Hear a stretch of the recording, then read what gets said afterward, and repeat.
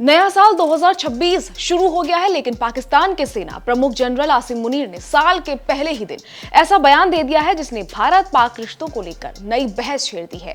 और ये बयान सिर्फ एक सामान्य चेतावनी नहीं माना जा रहा, बल्कि इसे आने वाले वक्त के संकेत के तौर पर देखा जा रहा है। दरअसल पाकिस्तान की सैन्य राजधानी रावलपिंडी में आयोजित एक कार्यक्रम के दौरान जनरल आसिम मुनीर ने कहा कि अगर पाकिस्तान की संप्रभुता या सीमाओं को चुनौती दी गई तो उसका जवाब बेहद कड़ा और निर्णायक होगा।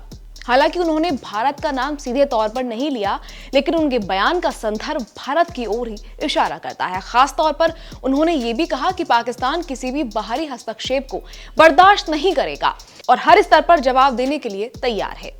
और देखिए, ये बयान ऐसे वक्त पर आया है जब पाकिस्तान आंतरिक अस्थिरता, आर्थिक संकट और सुरक्षा चुनौतियों से जूझ रहा है।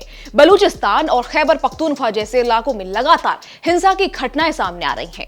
जनरल मुनीर ने अपने बयान में यह आरोप भी लगाया कि बाहरी ताकतें पाकिस्तान के अंदर अशांति फैलाने की कोशिश कर रही हैं और विकास को नुकसान पहुंचा रही हैं।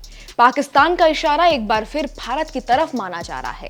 हालांकि भारत इन आरोपों को पहले भी सिरे से खारिज करता रहा है।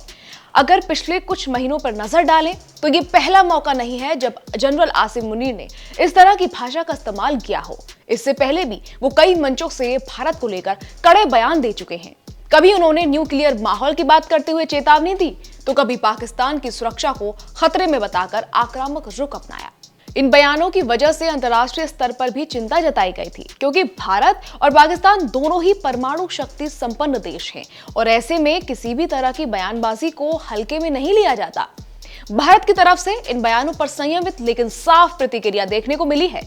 भारतीय अधिकारियों का कहना है कि भारत किसी भी तरह की धमकी या दबाव में आने वाला नहीं है।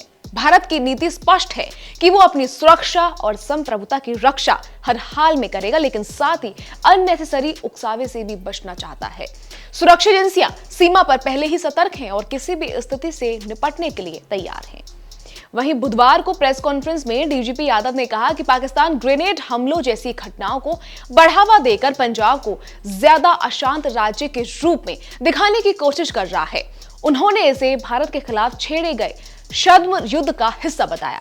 डीजीपी ने बताया कि पाकिस्तान का मकसद पंजाब में अशांति फैलाना है और इसी वजह से ड्रोन के जरिए हथियार भेजे जा रहे हैं।